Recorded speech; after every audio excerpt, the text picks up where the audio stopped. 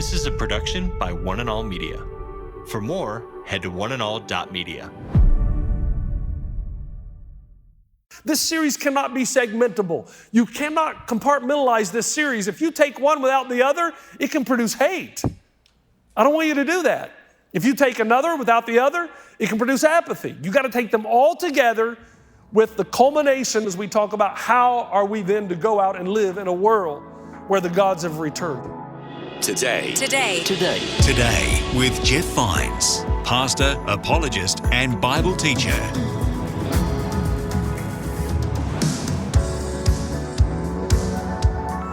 This is Today with Jeff Vines. Hello, my name is Bill and welcome. Thanks for joining us. Today we're continuing with the series Under the Influence. Pastor Jeff says the series is about culture and society being under the influence of evil forces. We'll get straight into the message because Pastor Jeff resets the aim of this series and gives us a quick recap of some of the topics covered so far. And of course, if you're keen to catch up on the whole series, find all episodes wherever you listen to podcasts. Just search for Today with Jeff Vines. Here's Pastor Jeff now.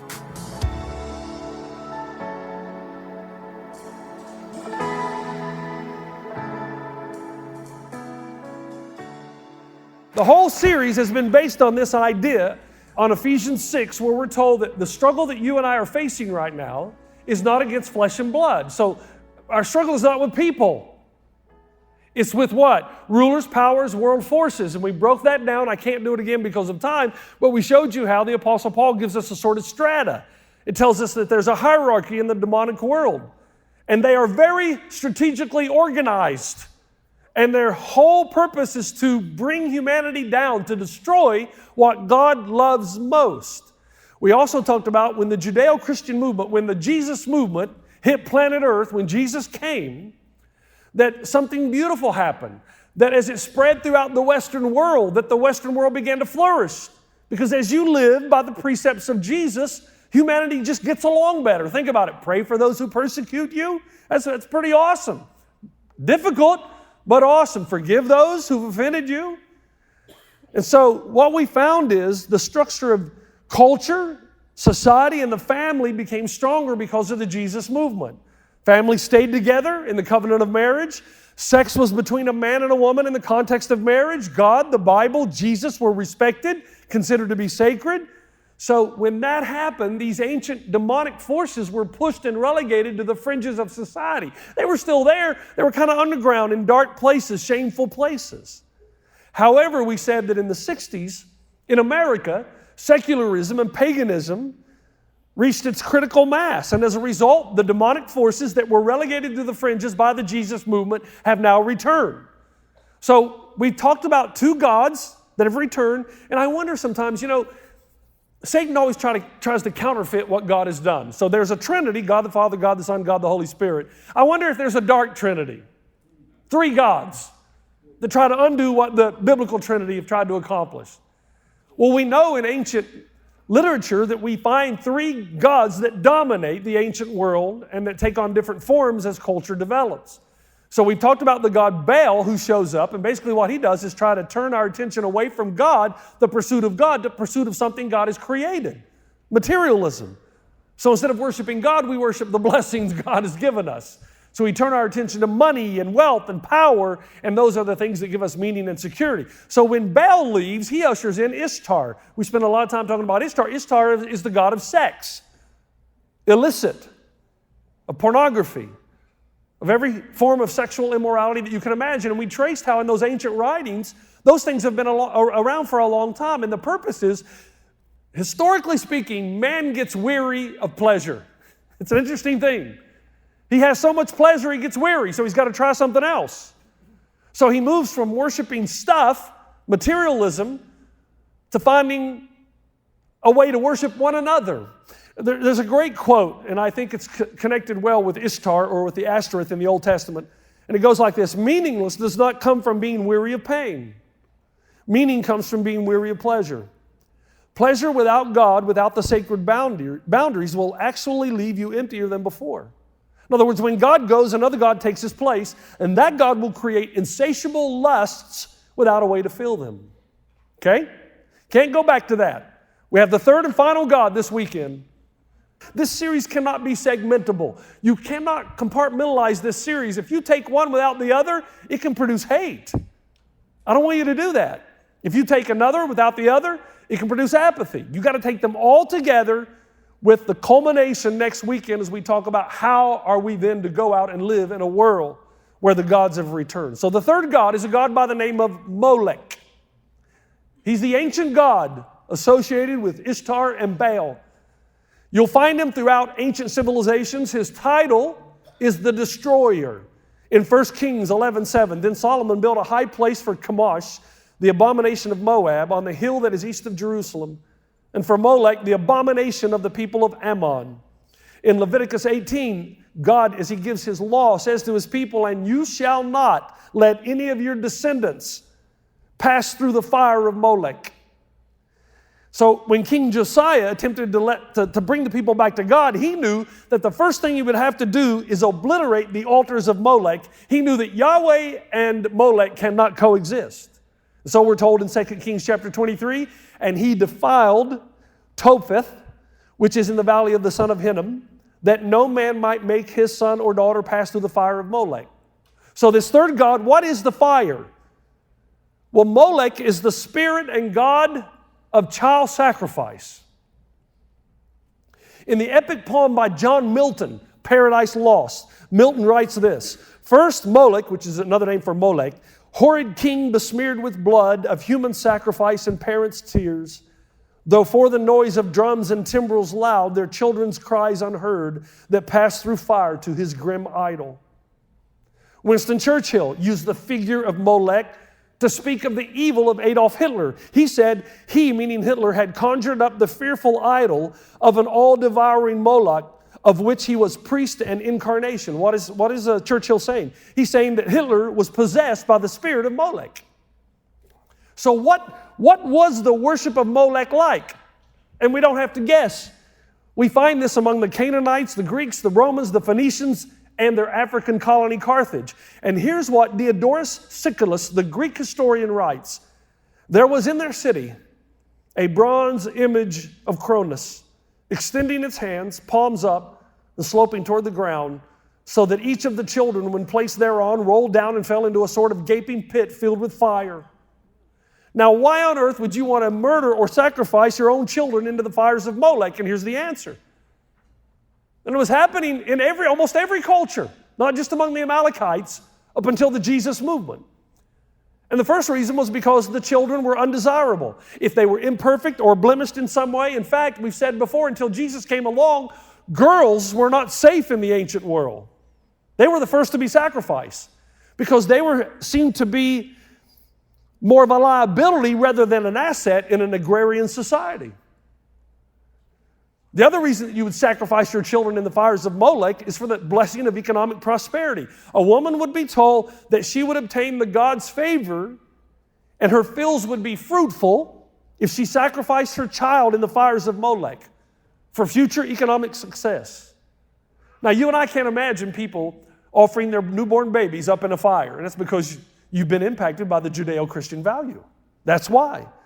The Greek historian Cleitarchus wrote for Alexander the Great, and here's what he said: out of reverence for Cronus, the Phoenicians, and especially the Carthaginians, whenever they seek to obtain some great favor, vow one of their children, burning it as a sacrifice to the deity, if they are especially eager to gain success. Now listen, just as Baal ushers in Ishtar, remember what Baal does? He turns our attention away from God into the things God's created. Ishtar ushers in Molech. You say, in what way? Listen carefully. Ishtar ushers in unrestrained sex with no apparent concern with the ramifications. So in ancient times, actually in modern times as well, but in ancient times, children were often the result of temple worship and sexual promiscuity. So in order to prevent a child born into this situation from hampering the mother or the father's economic life, the child then would be turned around and sacrificed back to Molech. So sexual immorality with Ishtar's temple, An unwanted child occurs with the prostitutes, and then you sacrifice the child to Molech for economic gain. In modern times, as the sexual revolution bore its fruit in the 60s and 70s, and it did bear its fruit, didn't it? More and more children were conceived out of marriage and were more likely to be unwanted and eradicated. Abortion rates skyrocketed in America in the 70s, 80s, and 90s. Now, it makes sense. Why? Because those were the years following the sexual revolution. So children, unwanted, unplanned children, were produced from the sexual revolution, right? Free sex. That actually wasn't free. It cost us immensely. And I'm going to make a statement. It's going to be very harsh. And like I said, you have to take all the sermons together. But abortion has become the modern-day sacrifice to Molech. Remember once again that the influence of the Jesus movement, with the entrance of the gospel into the West, there was this inevitable clash or collision over the values of the sanctity of human life.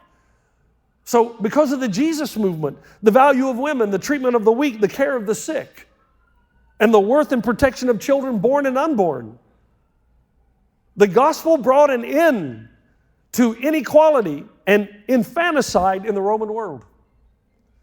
And as the Jesus movement spread like wildfire through the West, I had no idea until I'd done this research, because I'd heard this verse, but I had no idea until I'd done this research, the power of Psalm 139, the role that it played in the Jesus movement when it came to being concerned for the kids. Psalm 139, you formed my inward parts. You covered me in my mother's womb. My frame was not hidden from you when I was made in secret. And in your book they were all written, the days fashioned for me, when as yet there were none of them. Suddenly, the Jesus movement understood that even when we are in our mother's womb, we are alive and we are a gift of God and we are being shaped and formed, and God knows the number of our days. It was the Christian faith and the biblical valuing of life that brought protection to the young and unborn children and the definitive end of large-scale murder. Now listen. As a result, it really shouldn't be any surprise that after renouncing Christianity, that the Soviet Union became the first state to legalize the killing of the unborn. And then in the case of other, I guess you would call it demonically anti-Christian power, or the primary demonically un-Christian power in our time, the 20th century, Nazi Germany, the killing of the unborn had more to do with the genocide of impure humans, right? The Ubermensch, the superhuman, the master race. And then, of course, if you know the story, you'll know that to promote economic success throughout Germany, the Jews were blamed for having stolen the economy, so they began to eradicate them one by one. In fact, historically speaking, folks, Molech is especially interested in Jewish children. He killed thousands in the ancient times, and in Germany and Europe, his spirit inspired the killing of millions, 500,000 being the unborn. So here's the question, we've asked it every week. Has Molech returned? Man, that's not a hard question to answer, is it? I got to stop here just for a second. I have to stop. Listen. And I was going to say this to the end, but I don't want to lose you. I know there are some women in here who've had abortions. I hope you know that this is not a message of shame. This is a message to remind you of the forgiving power of Jesus Christ. Okay? The purpose of this message is to not somehow tell you that you're bad and you're worse than anybody else. You're not. You're not. But the purpose is to make us aware of what's going on in culture and to love you and to help you realize Jesus came to set the captives free, and I don't want you to be captive anymore, okay? Now, in the late 1960s, there were a handful of American states that opened the door to Molech by legalizing the killing of unborn children. On January 22nd, 1973, to be exact, the Supreme Court legalized abortion. The stats today are mind-boggling, really. Now, I want to give you, I don't know how much you read about this, and by the way, remember, don't put me in a political forum. This is a biblical sermon, not a political one, okay? 64 million babies we've eradicated. I think it's 48 million that have died in wars? We've already passed that. 86% of all abortions have been performed on unmarried young women. And here's the stat that most of you are not familiar with. 0.5% are victims of rape. Less than 1%, half of 1 percentage point. Because everybody will always say, well, what about rape? We're talking about 99.5% of abortions here. 92% of women who have an abortion give these reasons. And you can research all this for yourself. Inconvenience. It interferes with my educational plans. It interferes with my career. I'm not ready for a child. I can't afford a child. I'm not mature enough for a child. Maybe you weren't mature enough to have sex. There's a way to prevent abortion. The most frequently given answer that leads a mother to kill her unborn child today is that if the child lived, it would hamper the mother's life, her time, energy, educational, or career prospects, her future earning capacities. The child will be a burden to her aspirations. Without the child, she would be in a better position to achieve her goals and attain success and prosperity. And I find it uncanny that in the ancient world, mothers sacrificed their children to Molech because they believed that in doing so, they were invoking prosperity and gain. During the sacrifice of children to Molech, there would be this loud, strange music played so that the villagers could not hear the screams of the children or the mothers. The Greek philosopher Plutarch writes this, and the whole area before the statue was filled with a loud noise of flutes and drums so that the cries of the wailing should not reach the ears of the people. Today, the horror of putting a baby to death, at least before YouTube, all the disturbing sights and sounds and details are hidden from public view. Somebody forced me to watch a documentary, and I hate watching these because I know where they're going to go, but I watched anyway. And there's a doctor showing his interns how to perform an abortion on a late-stage child. And he goes in with the clamps and whatever he's going to do, and the baby jumps. And he looks at the interns and says, that's okay, they always do that. Who's they, by the way? And now abortion is seen as something sacred in our culture. Did you know that? Talk about a demonic inversion. Let me read you some quotes. Our culture needs new rituals as well as laws to restore abortion to its sacred dimension. Abortion is a major blessing and a sacrament in the hands of women.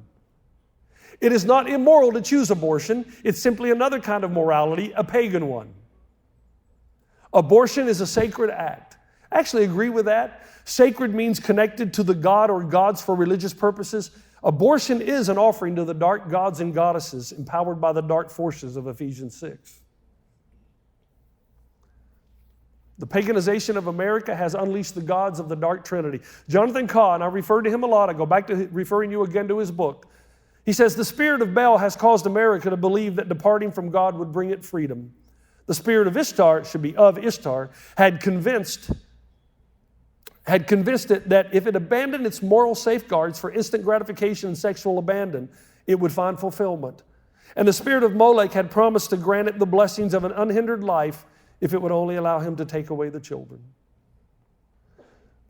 What was the result in ancient civilization of child sacrifice? Well, let me tell you, brokenness, emptiness, depression, death, in some cases mental illness has been linked to child sacrifice, and of course you can understand why. The destruction of the family, ultimately the destruction of society, and now America is reaping the consequences of its own bloodshed. 64 million murdered children far exceeds anything that Molech accomplished in the ancient world. Pray, man, pray, man, pray. And then second, we Christians need to start being more consistent and living the way that we say is right, because 7 out of 10 women who've had abortions identify as Christ followers. Remember what I said last week? If I'm walking this way and I say, follow me, and you go the other way, you're not following me. If Jesus says sex is between a man and a woman in the context of marriage, follow me, and you go the other way, you're not following Jesus. So if you're living together right now and you're not married, just be honest, you're not following Jesus. Baal, Ishtar, and Molech. They are the gods who have returned to destroy the West. But Ishtar is the god or goddess that ushers in the end. Now, I want you to stay with me here. Here's why Ishtar is so damaging. God ordained marriage in the family. He ordered the family to teach and to guide the children of the next generation. the existence of God, the purpose of creation. Ishtar, more than any other god or goddess, desires to destroy the family, to destroy society, and to wound the heart of God. And the demonic forces exist, Jesus told us, to steal, kill, and destroy. So Ishtar not only destroys the sanctity of sex, marriage, and the family, we learned last week that Ishtar desires to change a man's desire for a woman to a man, and a woman's desire for men toward a woman. Now, here's the question. Now, so far, I've only told you what I know in the ancient world. I want to tell you this is now a speculation. This is my speculation, okay? I guess the number one way to destroy society would be to destroy procreation. Right? Well, unless sex is between a man and a woman, it's going to be hard to procreate.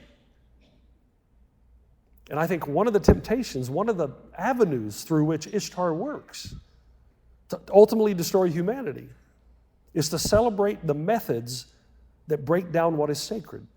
Remember what we said, what gets celebrated gets repeated. And now think about this. Here we go now. Think about this.